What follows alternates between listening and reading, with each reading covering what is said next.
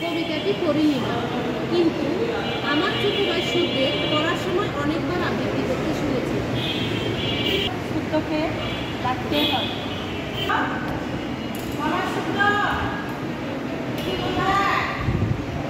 আসছি মা।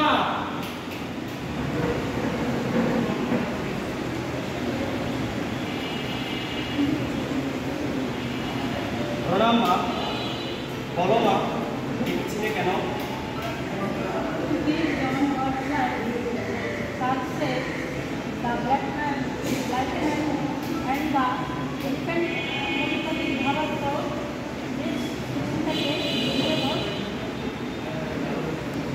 দেখ দিদি, এই কবিতায় 6টি অঙ্গ জীবনে কখনো হাতে দেখেনি, তাই তাদের এক একজনকে যখন হাতের কাছে নিয়ে আসা হলো, তাদের এক এক ধরনের অনুভব হলো। প্রথম জন হাতে শরীর ধরে বলল, এটা বিশাল দেয়াল বা প্রাচীরের মতো। দ্বিতীয় জন হাতে দাঁত ধরে বলল, এটা ধারালো বর্ষার মতো। তৃতীয় জন হাতে সুর ধরে বলল, এটা দেখতে লম্বা সাপের মতো। আর চতুর্থ জন হাতে হাঁটু ধরে বলল, এটা দেখতে বিশাল গাছের মতো। পঞ্চম জন হাতে কান ধরে বলল, এটা দেখতে কুড়াল। ষষ্ঠ জন হাতে লেজ ধরে বলল, এটা দেখতে দড়ির মতো। কিন্তু বাস্তবে তারা কখনো জীবনে হাতে দেখেনি, শুধু স্পর্শ করে অনুমান করে। আমাদের ধারণাগুলো ঠিক এমনই।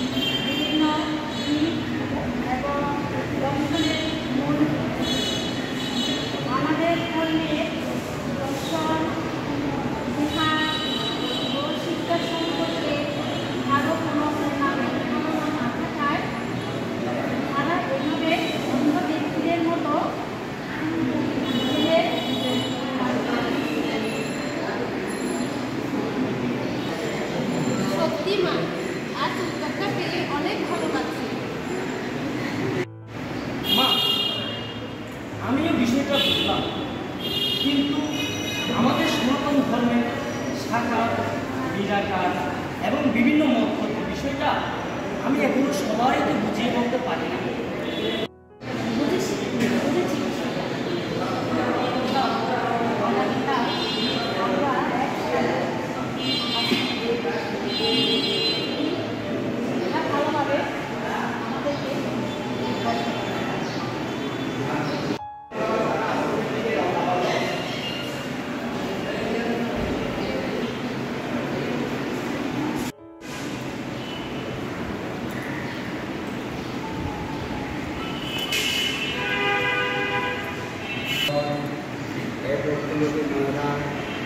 আমাদের আশ্রমে আপনারা সবাই আসার জন্য আমি বিশেষভাবে ধন্যবাদ জ্ঞাপন করি এবং ধন্যবাদ জানতে আহ্বান জানাই যে আপনাদের কোনো জিজ্ঞাসা থাকলে আমাকে জিজ্ঞাসা করতে পারেন। নমস্কার বাবা, আপনার কাছে আমার একটু জিজ্ঞাসা রয়েছে, আমরা সনাতন ধর্মে একে অপরকে দেখে নমস্কার কেন করি? এই নমস্কারের তাৎপর্য আপনি যদি আমাকে বুঝিয়ে দেন। তো ব্যক্তি নয়, প্রত্যেকে মানুষ আমাদের মধ্যে জেগে থাকা প্রাণরূপী ঈশ্বরকে অভিবাদন জানায়, তাতে আত্মা তার পরম স্বরূপ পরমাত্মাকে জানতে পারে। প্রণাম সাধু বাবা।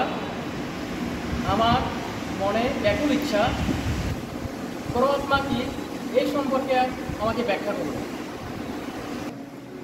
হে বৎস, পরমাত্মা ঈশ্বরের নিরাকার স্বরূপ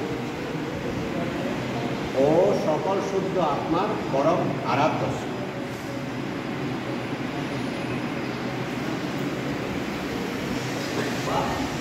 এই নশ্বর শরীর থেকে কি পরমাত্মা তথা ঈশ্বর লাভ সম্ভব? বৎস, ব্যাকুলতা ও নিষ্ঠা থাকলে সবই সম্ভব হয়। আরে গীতা, মাত্র এসেছিস? বস বস বস বাবা।